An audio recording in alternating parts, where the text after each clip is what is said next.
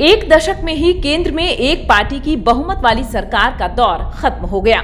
नरेंद्र मोदी लगातार तीसरी बार प्रधानमंत्री तो बन गए, लेकिन उनकी पार्टी बीजेपी अकेले बहुमत के जादुई आंकड़े से दूर रह गई। 240 सीटों पर सिमटी बीजेपी को केंद्र की सत्ता में लौटने के लिए सहयोगी दलों की मदद लेनी पड़ी, जिनके पास 53 सीटें हैं। इस स्थिति से फूली नहीं समा रही कांग्रेस पार्टी के पूर्व अध्यक्ष राहुल गांधी ने बड़ा दावा कर दिया है। उनका कहना है कि एनडीए के कई साथी दल उनके यानी कांग्रेस पार्टी के संपर्क में हैं। राजनीति की भाषा में संपर्क का मतलब तो समझते ही हैं आप। अगर राहुल गांधी सही हैं, तो यह मानने में कोई गुरेज नहीं होना चाहिए कि मोदी सरकार खतरे में है। राहुल गांधी ने मंगलवार को कहा कि संख्या बल की दृष्टि से सत्तारूढ़ एनडीए बहुत कमजोर है और थोड़ी सी गड़बड़ी में ही सरकार धराशायी हो सकती है। राहुल ने business newspaper the financial times को दिए इंटरव्यू के दौरान लोकसभा चुनाव परिणामों पर अपने विचार रखे। उन्होंने कहा, संख्या इतनी कम है कि सरकार बहुत नाजुक है और छोटी सी गड़बड़ी भी इसे गिरा सकती है। मूलतः एक सहयोगी को दूसरी तरफ मुड़ना होगा।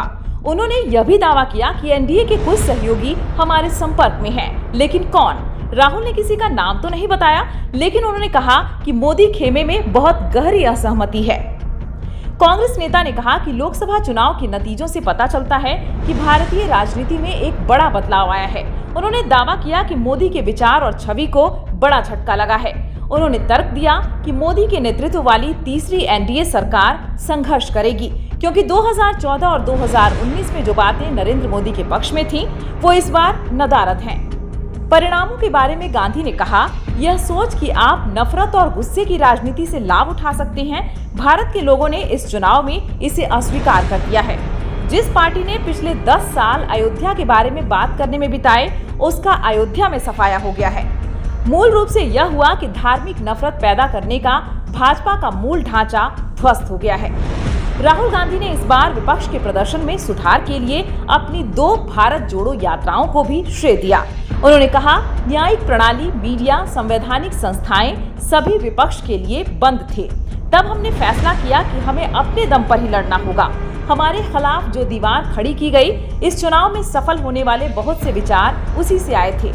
बहरहाल, राहुल गांधी के हमारे संपर्क में है वाले दावे की पड़ताल करें तो एनडीए को कम से कम 21 सांसदों से झटका मिलेगा, तभी मोदी सरकार गिर सकती है। बहुमत के लिए 272 का आंकड़ा चाहिए।